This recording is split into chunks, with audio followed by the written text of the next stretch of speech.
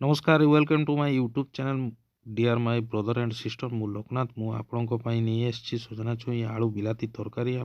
प्रथम मु आलू सजना छुई को मीडियम साइज रे काटी नहीं भल भाव धोई नहीं तापर धनिया गोटे चामच जीरा गोटे चामच पोस्त मीडियम साइज रे गोटे प्याज 5 ରୁ 7 कला रसुण अल्प टिके अदा गोटे कंचा लंका नहीं और 2टा कटा बिलाती नहीं।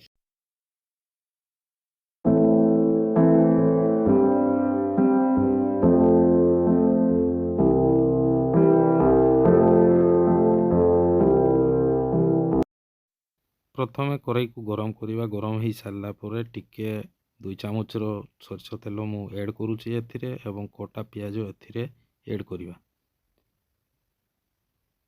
पियाज को भल भाव लाल हवा पर्यंत प्रथम आम भाजी ना भाजी सारा पर गोल्डन कलर हवा पर्यंत से भाजवा को हम।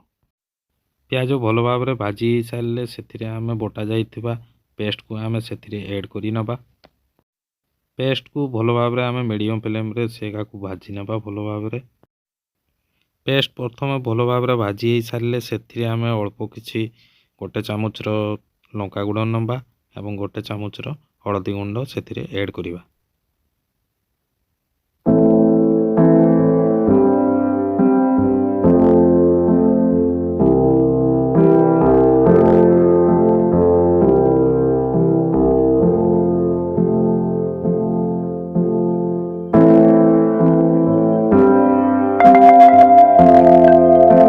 प्रथम भाजी सारे से आम कटा जाइथिबा 2टा बिलाती को आम ऐड करवा एवं ताकू भल भाव भाजी नवा।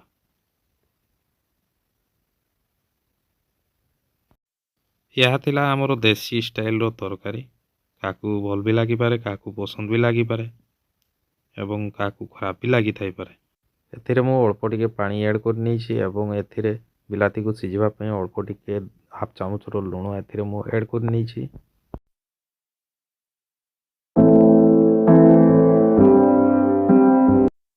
कटा जाइथिबा सजना छुई और आलू को भल भाव मु पानी रे धोई नैछि।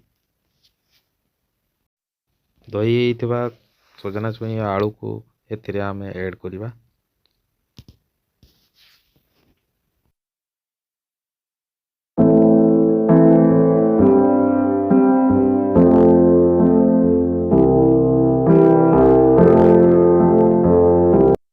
एथिरे आम स्वाद अनुजाई लुण ऐड कर नबा एवं ताकू भल भाव प्रथम गोले नबा।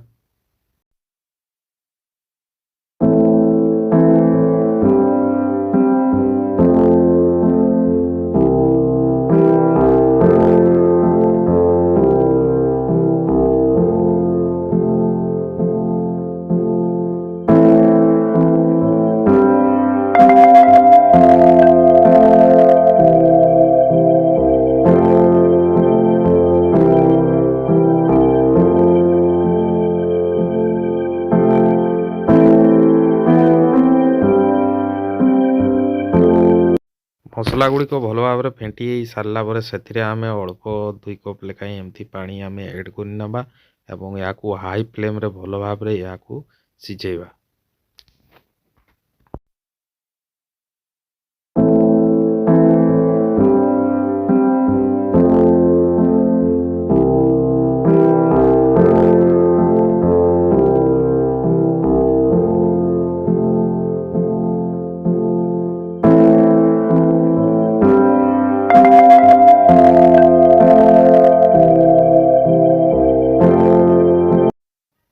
या कौन सी पात्र रे आमे घोड़े नबा और 15 ରୁ 20 मिनिट लेखाएं या आमे सिझे रखनबा।